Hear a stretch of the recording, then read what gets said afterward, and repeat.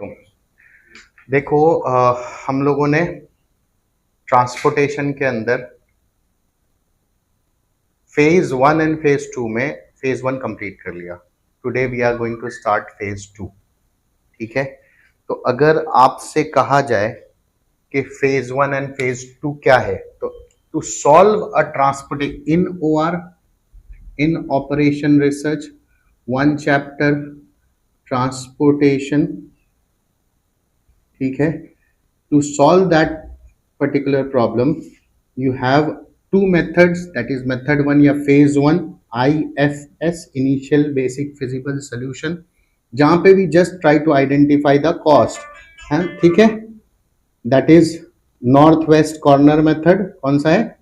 North west corner method, then LCM least cost method and then VAM. ठीक है, ये method हमारा complete हो गया। Now next is MODI, that is modified distribution method.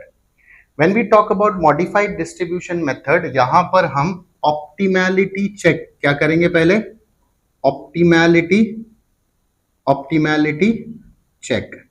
जब हमारा ऑप्टिमैलिटी चेक होगा तो अगर ऑप्टिमल है तब तो कोई मसला ही नहीं है, अगर ऑप्टिमल नहीं है then we will do what? Optimization. हम क्या करेंगे? ऑप्टिमाइजेशन।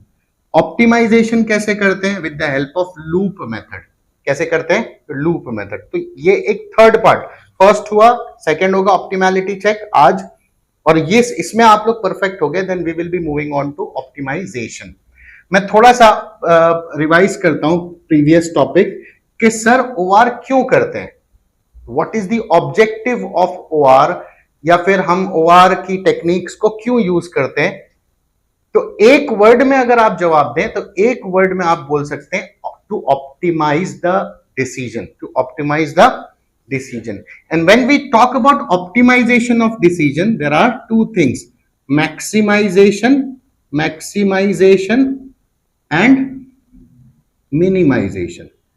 ठीक है, when we talk about maximization of what? Profit, sales, productivity. याद आया आप लोगों को? ये हमने डिस्कस किया है। ठीक है, तो अगर हम मैक्सिमाइज कर रहे हैं तो प्रॉफिट को, सेल्स को, प्रोडक्टिविटी को, इसको क्या करेंगे? मैक्सिमाइज। लेकिन जैसे ही कॉस्ट की बात आएगी, है ना, या फिर टाइम की बात आएगी, या फिर डिस्टेंस की बात आएगी, then we will be talking about minimization of these things. ठीक है, are you getting it? So the core objective of OR is optimization. What is the meaning of optimization? Optimization means either maximization or either, so it depends on the nature of problem, whether we are talking about sales, profit, productivity, then we will maximize it, and when we talk about cost, time, distance, we are trying to minimize it. ठीक है, so अब हमने जब transportation solve किया तो transportation से हमें cost आई, जैसे हम आप लोगों को याद होगा कि 21,90,000 हमारा जो है कॉस्ट आया था नॉर्थ वेस्ट कॉर्नर मेथड से, है ना। फर्स्ट प्रॉब्लम जो हमने लिया था जिसमें फैक्ट्री एंड प्लांट था, 3 factory, F1, F2, F3 and warehouses 1 2 3 4 4 warehouses थे, तो उससे हमारे पास कॉस्ट आया था 21,90,000 रुपीज। ठीक है, फिर हमने लीस्ट कॉस्ट मेथड यूज किया था और उससे हमारे पास कॉस्ट आया था 1844, है ना, 1844, दैट इज 18,44,000। ठीक है, एंड जब हमने north west corner method, sorry VAM से हमने सॉल्व किया था, तो वैम से हमारे पास कॉस्ट आया था 1592। राइट है, आप लोगों को याद है? So same problem, everything is same, cost is same, demand is same, supply is same, but when just we are differentiating the method to solve it, we are going to get 3 solutions, 3 cost. Obviously किसी को पैसा काट नहीं रहा है, हर कोई चाहेगा कि मेरा कम से कम कॉस्ट जो है यूज हो, वैम है, लेकिन still we have to check कि ये वैम मेरा कम से कम है कि नहीं। तो ये चेक करने के लिए we are going for what? Optimality check के क्या हम इसको फर्दर कम कर सकते हैं कि नहीं कर सकते। क्लियर है?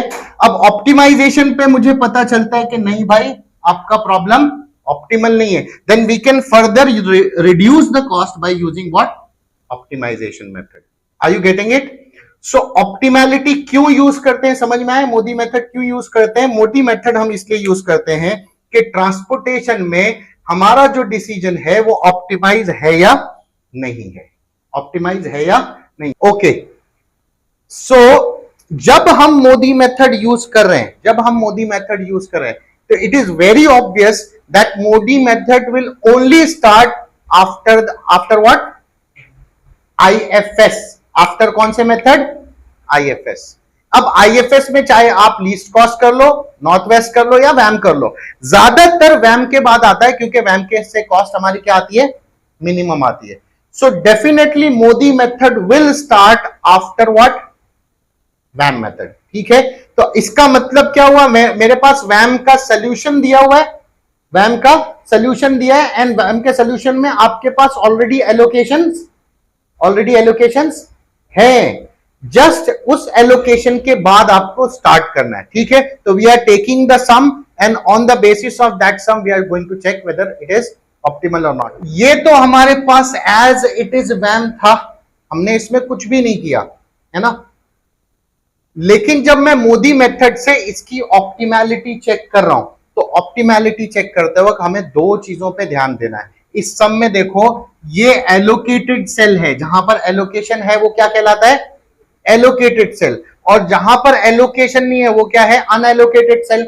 और एलोकेशन कहां से आया? आईएफएस से आया। क्लियर हुआ? तो इस सम को भी हम दो कैटेगरी में सॉल्व करेंगे। फर्स्ट सॉल्व करेंगे किसके अंदर? एलोकेशन पे, और फिर सॉल्व करेंगे अनएलोकेशन पे या नॉन एलोकेटेड सेल पे। तो अब आप अगर लिखना चाहें तो यहां लिख सकते हैं, MODI method will be divided into two categories, that is allocated cell, अरे भाई समझा, एंड अनएलोकेटेड सेल। क्लियर हुआ? अब अनएलोकेटेड सेल और एलोकेटेड सेल पे दो अलग अलग फॉर्मूले भी आएंगे। कौन कौन से फॉर्मूले आएंगे? दो।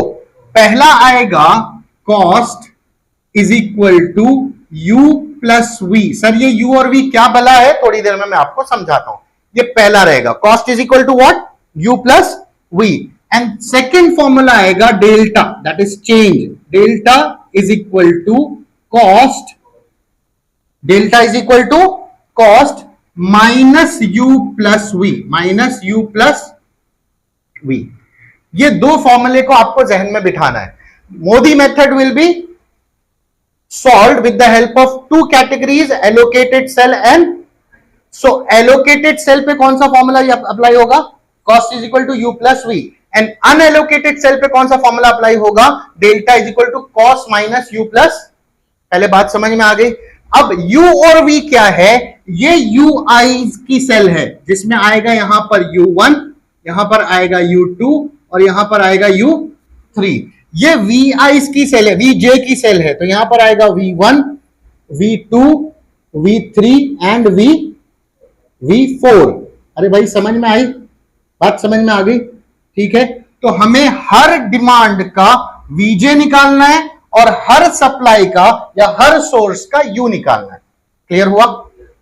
ठीक है, अब इसके अंदर एक थंब रूल है, वो थंब रूल आप याद रखिए। हमेशा u1 विल बी जीरो, u1 विल बी हमेशा जीरो। We are assuming that u1 will always be zero. Clear हुआ? On the basis of that we will be making a formula so that we can either identify cost, either identify u, either identify v। क्यों? क्योंकि unallocated cell में हमें u भी चाहिए, v भी चाहिए और कॉस्ट भी चाहिए। क्वेश्चन में देखो कॉस्ट सारी अवेलेबल है, जो सेमी बॉक्स में लिखी हुई है वो क्या है? कॉस्ट है। तो we have the cost, but u और v हमारे पास है क्या? ये u और v हम कहां से निकालेंगे? तो अगर ये तीन वेरिएबल में कोई भी दो वेरिएबल पता है तो तीसरा वेरिएबल पता चल जाएगा। तो कॉस्ट तो पता है हमें क्या पता करना है? या तो u या तो v।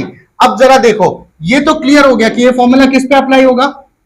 किस पे अप्लाई होगा? एलोकेटेड पे। तो अब u1 मैंने अज्यूम कर लिया जीरो, तो अब ये सिर्फ फॉर्मूला यहां पे अप्लाई होगा, तो इससे मेरा v4 निकल जाएगा। बोलो हाँ। अच्छा, ये फॉर्मूला समझ में आया? अगर यहां कहीं एलोकेशन रहता तो उससे हम v निकाल लेते। अब जरा देखो, बहुत simply we are starting the solution, but before that step one जो हमारा सबसे इंपॉर्टेंट है, वो स्टेप वन क्या होगा? Rim condition check. अब मैं ये इसलिए करवा रहा हूं क्योंकि हमने पहले सम इन कंडीशन पे कर चुके हैं, लेकिन अगर नए सिरे से चालू करोगे और सिर्फ आपके पास एलोकेटेड सेल दिया है और उसके बेसिस पे अगर आपको कहा जा रहा है कि भाई क्या कहते हैं मोदी मेथड निकालो, then you have to do what, rim condition check. Formula क्या है रिम कंडीशन चेक का, m plus n minus 1 is equal to allocated cell. Allocated cell कितना है, 1 2 3 4 5 एंड 6 है ना। नंबर ऑफ रोज 1 2 3, m क्या होता है, नंबर ऑफ रोज, n क्या है 1 2 3 4 कॉलम्स माइनस, क्लियर हुआ। सो 6 इज इक्वल टू 6, क्लियर है। प्रॉब्लम हैज नॉन डीजेनरेसी, क्या बोलेंगे, प्रॉब्लम हैज नॉन डीजेनरेसी। जब तक डीजेनरेसी वेरीफाई नहीं करोगे आप आगे नहीं बढ़ सकते। अब हमें स्टेप 2 पे आना है। किस पे आना है, स्टेप 2, क्या बोलेंगे, ऑप्टिमैलिटी। क्या बोलेंगे, ऑप्टिमैलिटी चेक। भाई बात समझ में आई। अब ऑप्टिमैलिटी चेक में आपका पहला फॉर्मूला बनेगा cost is equal to you plus v. Done. U1 क्या मुझे पता है, अरे भाई U1 पता है, तो U1 से कौन सा V निकल पा रहा है बताओ जरा जल्दी से, V4 निकल पा रहा है, बोलो ये समझ में आया। U1 से कौन सा V निकल पा रहा है, V4। सर V32 क्यों नहीं, क्योंकि यहां पे एलोकेशन नहीं है इसलिए V4। अब बताओ तीनों वेरिएबल का डेटा मेरे पास है, इसका कॉस्ट कितना है 26। अच्छा U1 मेरे पास क्या था 0, V4 मेरे को पता है क्या, नहीं पता है ना V4, तो क्या मैं 26 इज इक्वल टू V4 लिख सकता हूं, बताओ मुझे V4 पता चला कि नहीं चला। V4 is equal to what 26। Done है। अच्छा जब V4 पता चला तो यहां पर एलोकेटेड सेल है, क्या U2 आइडेंटिफाई कर सकता हूं, are you getting it. So now the second thing I will be identifying is what, tell me. Second is cost is equal to U plus V। Formula पहले बनाइए। अब U कौन सा आएगा एंड V कौन सा आएगा 4 है ना, तो कॉस्ट कितनी है बोलो 46। U2 मुझे पता है क्या, V4 मुझे पता है 26, बोलो समझ में आ गया, ठीक है। अच्छा U2 नहीं पता है तो U2 एज इट इज लिखिए। अब क्या होगा 46 एज इट इज रहेगा, 26 यहां आएगा तो क्या हो जाएगा माइनस में, U2 इज इक्वल टू बोलो जल्दी से 20। समझ में आया। बहुत सिंप्लीफाइड वे में हमने फॉर्मूला क्रिएट किया, वैल्यूज पुट किया और वेरिएबल को आइडेंटिफाई किया। नाउ जब आपके पास U2 आ गया, U2 कितना आया बताओ, इससे मैं V2 और V1 आइडेंटिफाई कर सकता हूं, है ना। अब मेरा फॉर्मूला क्या बनेगा, cost is equal to U plus, clear है, ठीक है। U कौन सा है मेरे पास 2, तो फॉर्मूला कौन सा बनेगा V2 का, क्लियर है। थर्ड के बाद fourth, cost is equal to U2 plus V1, right है। यहां पर भी एलोकेशन है, ये दो फॉर्मूला बन गया, just have to put the values. Now यहां पर कितनी है वैल्यू बताइए 36, U2 कितना आया मेरे पास 20 एंड प्लस V2 है नहीं एज इट इज। क्या मैं डायरेक्ट सॉल्व करके V2 लिख सकता हूं 16, है ना, इधर आएगा तो क्या हो जाएगा 16। Next cost is equal to, यहां पर कितना है कॉस्ट बोलिए भाई 34, U2 कितना है और V1 कितना है नहीं पता, ठीक है। 34 is equal 34 minus is equal to V1, V1 is equal to बोलिए 34 माइनस 20 इज 14। तो मेरे पास V1 भी आ गया और V2 भी आ गया। V1 कितना आया और V2 कितना आया 16, बोलो समझा। अच्छा इससे मैं U3 आइडेंटिफाई कर सकता हूं, एलोकेशन है। तो अब आपके पास नेक्स्ट फॉर्मूला क्या बनेगा बोलो, नेक्स्ट फॉर्मूला क्या बनेगा 5। नेक्स्ट फॉर्मूला क्या बनेगा कॉस्ट, ठीक है, आप ऊपर ले सकते हैं।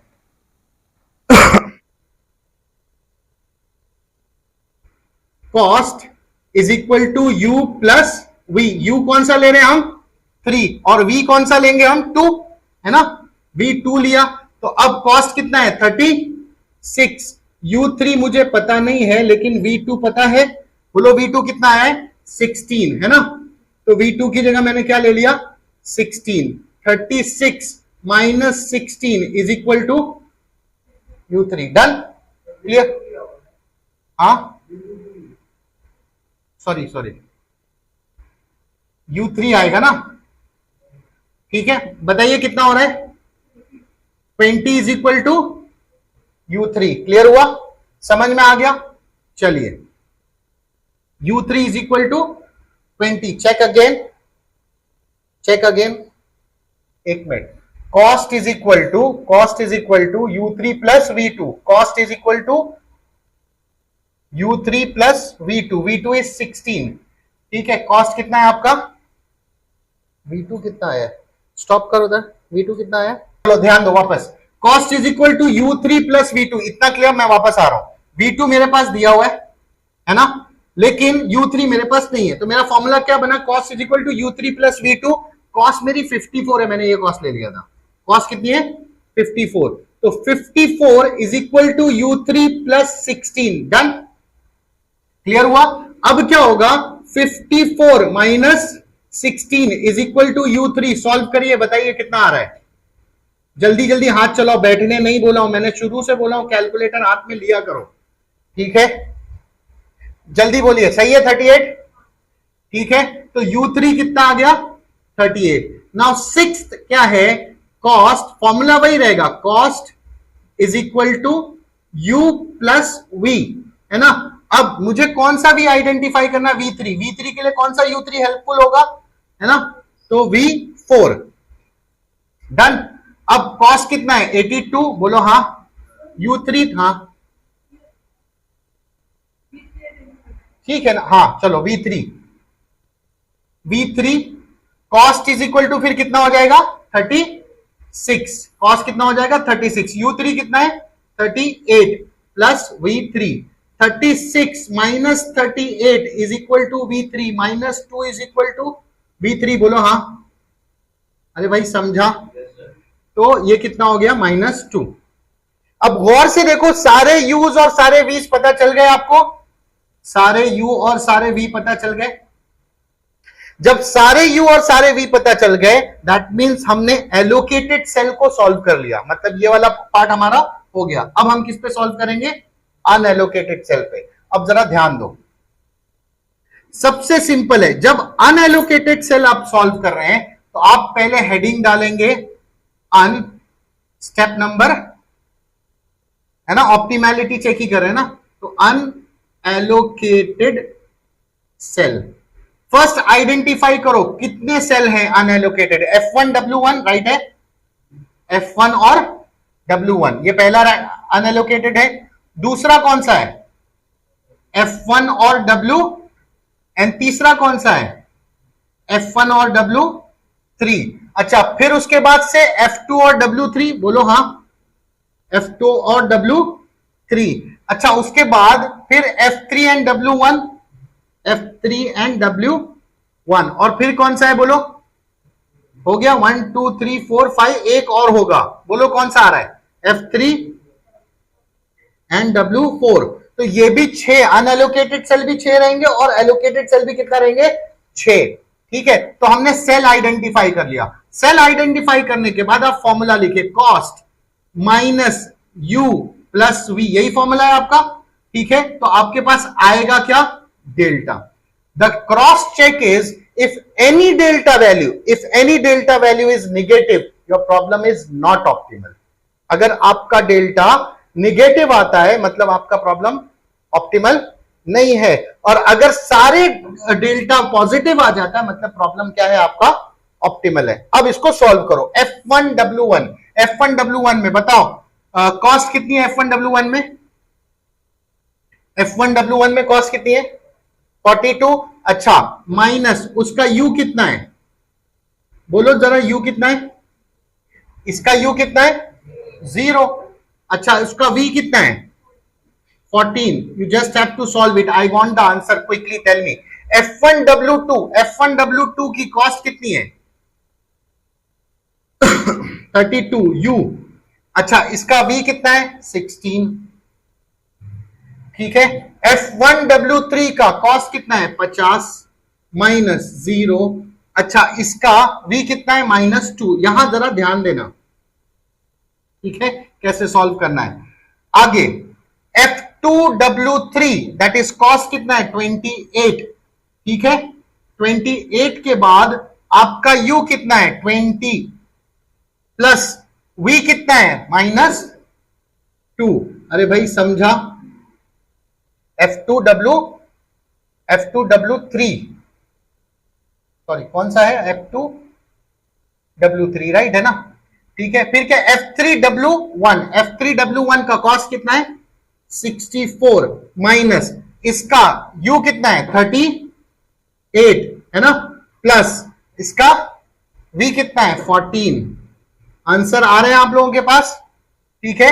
देन F3W4 कॉस्ट कितनी है बताइए 82 है ना, माइनस U कितना है 38 प्लस V कितना है 26, ठीक है। जरा जल्दी जल्दी आंसर बताओ कितना आ रहा है, ठीक है। 42 माइनस प्लस माइनस क्या हो जाएगा माइनस, 42 माइनस 14 इज व्हाट, हाँ 28।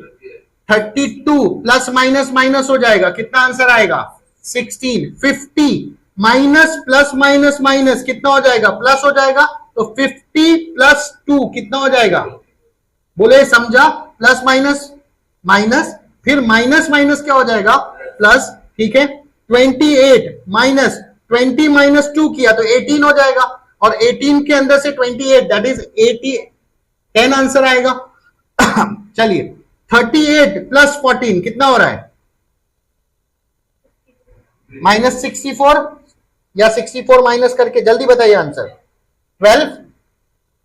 चलिए इधर बताइए 38 प्लस 26, 38 प्लस 26,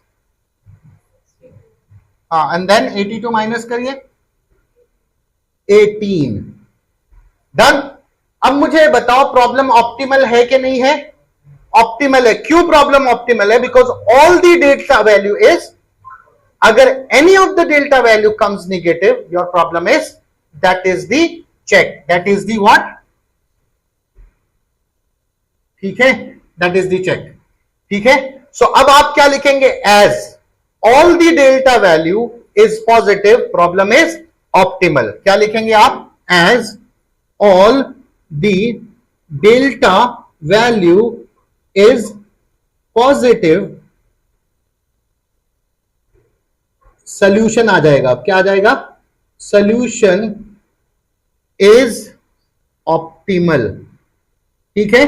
अब इसके बाद आप क्या आइडेंटिफाई करेंगे, टोटल कॉस्ट, जो आपको आता है, पता है कैसे करते हैं टोटल कॉस्ट, जल्दी जल्दी बताइए टोटल कॉस्ट कैसे निकालते हैं,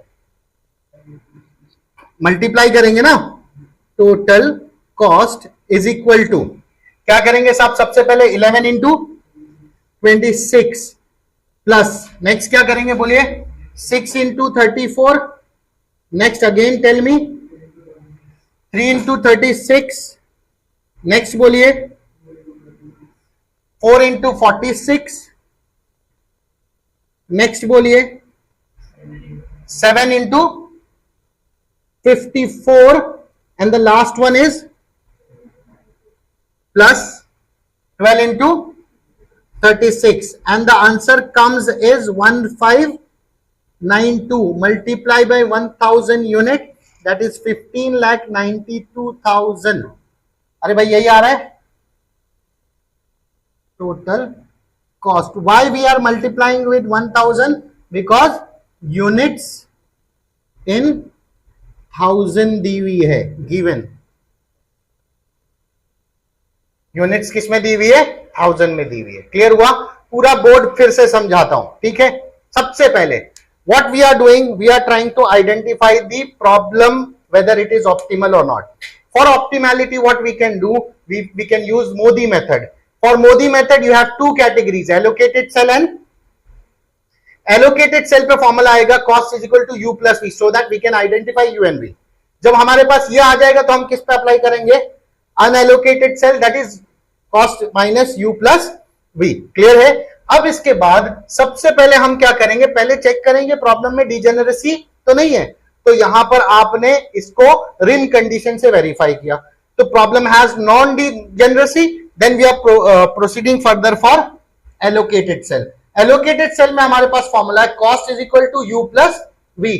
उससे हम 1 by 1 फॉर्मूला बनाते चले जाएंगे। तो we will assume U1 as 0। U1 को हमने क्या लिया 0, और U1 से हमने देखा एलोकेटेड सेल यहां है, तो मेरी कॉस्ट क्या हो जाएगी 26, और इससे V4 नहीं पता, V4 को एज इट इज लिखा, U1 को 0 लिखा, and we have got V4। जब V4 आया तो इससे मेरे पास U2 आ जाएगा यहां पर, ठीक है, क्लियर हुआ? इससे मेरे पास क्या आ जाएगा, यस U2 आ जाएगा। जब U2 आ गया तो U2 के बाद आप इससे V2 और V1 निकाल सकते हैं। हमने V2 और V1 निकाला। जब V2 और V1 आ गया, अब हमने इससे U3 निकाला। इससे हमने क्या निकाला U3, एंड जब हमारे पास U3 आ गया, we have identified what V3। Clear हुआ?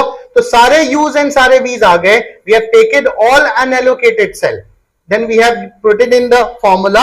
हमने उसको क्या किया, फॉर्मूले में डाला, और फॉर्मूले में डालने के बाद आपने क्या किया, आइडेंटिफाई किया कि आपका डेल्टा पॉजिटिव है या निगेटिव। अगर आपका डेल्टा निगेटिव आता तो इसका मतलब आपका प्रॉब्लम ऑप्टिमल नहीं होता। फिर हम क्या करते, लूपिंग मेथड से प्रॉब्लम को ऑप्टिमल करते।